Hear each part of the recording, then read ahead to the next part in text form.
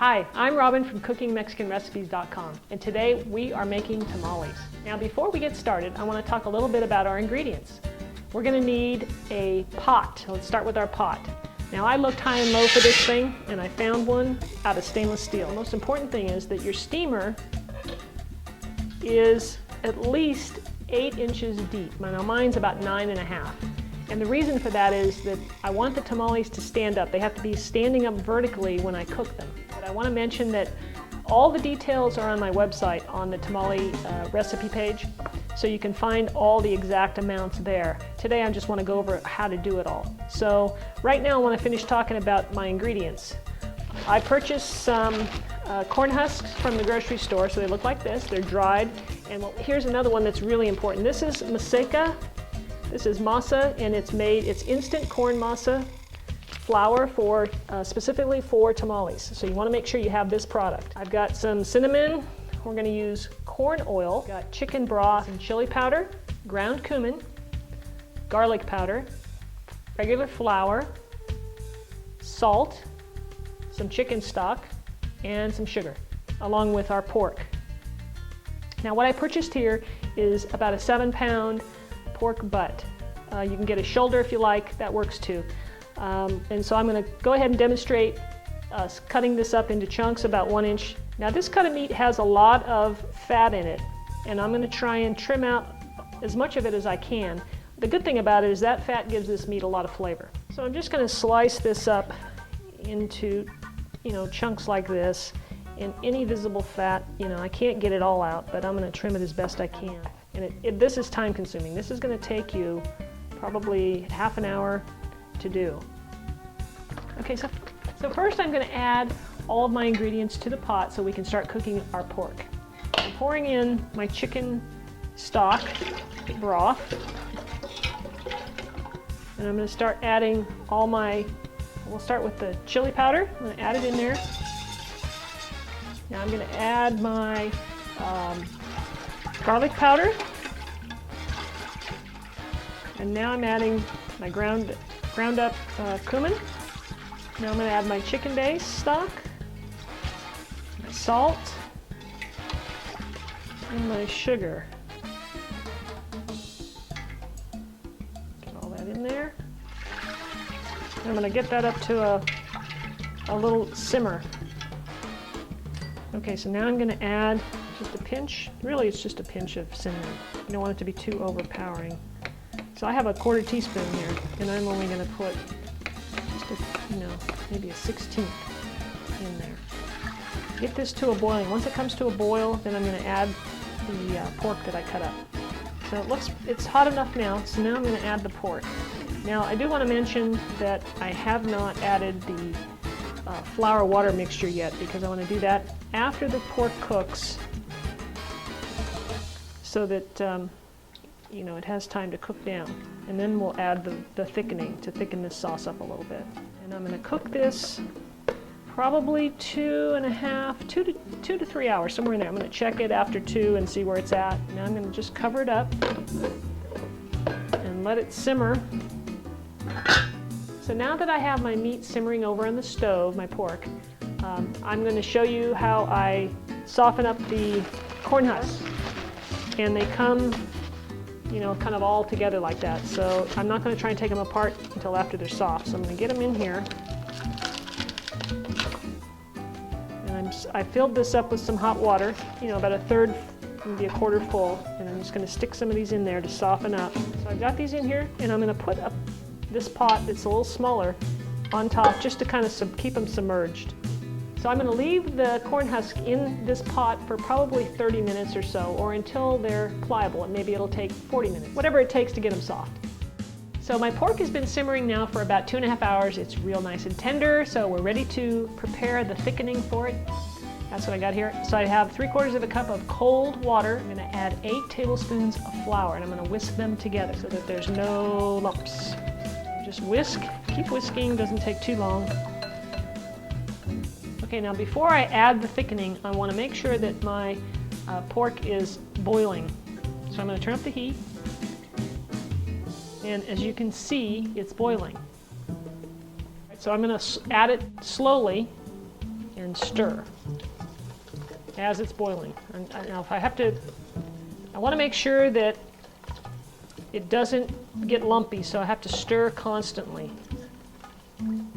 And this is just going to give this sauce, you know, get it a little thicker so it's not quite so runny.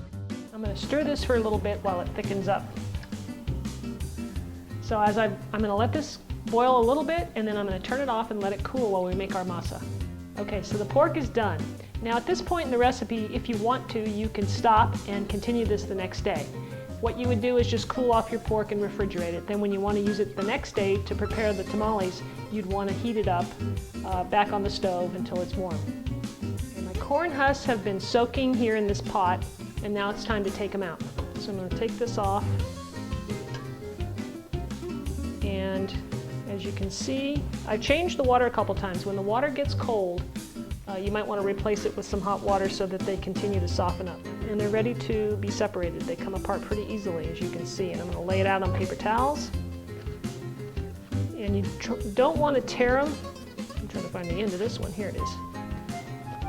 So they're nice and big, and then just lay them out like this to dry out before we add our masa. Sometimes you'll find these little strings in the corn husks, so you can, if you see them, you can just take them out. Okay, so now we're going to make our masa.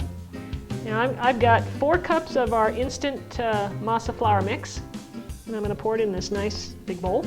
I'm going to add 3 teaspoons of salt and a half a teaspoon of garlic powder. And I'm going to grab a spoon here and stir this up real quick. I want to just mix these ingredients together. Just want to get everything evenly combined before I add the oil. So I've added all my ingredients to the bowl, all my dry ingredients to the bowl. Now I'm going to add the corn oil. So it's a cup of corn oil. Pour it in the bowl. And I'm going to use my spoon to start with. And then I'm going to start using my hands, just because I like using my hands. Try and get all this mixed in as best I can, and then I'm going to start adding my chicken stock. Okay, so now I'm going to add my chicken broth, just about a half a cup at a time, and I'm going to mix it with my hands. If you end up adding too much liquid, you can always add a little more masa flour back, or vice versa. So what I'm looking for is a consistency like a cookie dough. I'm going to add a little bit at a time and mix it up. So right now it's still too crumbly. All right, our masa looks like it's pretty good right now the way it is. It's like cookie dough, it looks spreadable, and it's ready to go on our corn husk. So we're going to start by placing our masa on the corn husk. Now I like to use my hands. So I just grab some dough and I'm pushing it on to the corn husk, keeping it fairly flat. I don't like to have a lot of thick corn husk on my tamales. I like it just enough to hold it, but not so that that's all you're eating. And I want to get it close to the edge, but about a half an inch back from this end here. I'm going to scoop up some of the pork, and I'm going to drain it because I want to get rid of some of that juice so it's not all over, running all over. And I'm going to place it right down the center of the dough. And not too thick. If you put too much, it makes it really difficult to roll it up. So about like that. Now I'm going to take this end and I'm going to fold it over and tuck that in tight and roll it. And this piece at the end here, I'm going to flip up. Now sometimes these don't like to stay, like see how that's kind of flipping out. So I take another piece of the corn husk and I'll just make a little tie with it to hold it down. All right, so before I put the tamales in the steamer, I'm going to line the bottom of the steamer with some corn husks to sort of protect them when they're cooking. So I'm going to layer some in there like this. I'm going to place this up into the steamer like that. Okay, I finished rolling the tamales, and I put them in here, and I got 20 out of that recipe for the masa dough. I still have more pork left over, so really another batch of masa would probably even out. For right now, I'm going to put these, as you can see, I've got them standing up in the pot, and I've got some water in this pot, but only enough so that it doesn't touch the tamales when I set it in. I'm going to add a damp towel to the top of my tamales. It will help them steam, and then put the lid on. I'm going to let it steam for probably an hour and a half.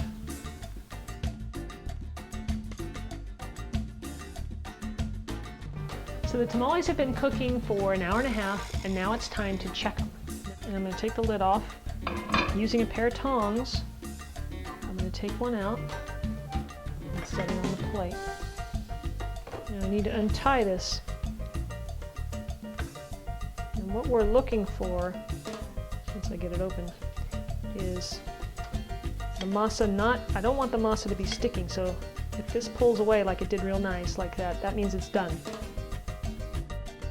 So as you can see, making tamales isn't that tough. Anybody can do it, and I hope you'll give this recipe a try. You're really going to enjoy it. You can freeze these, stick them in the freezer, wrap them in Ziploc bags, and they're ready for whenever you need them.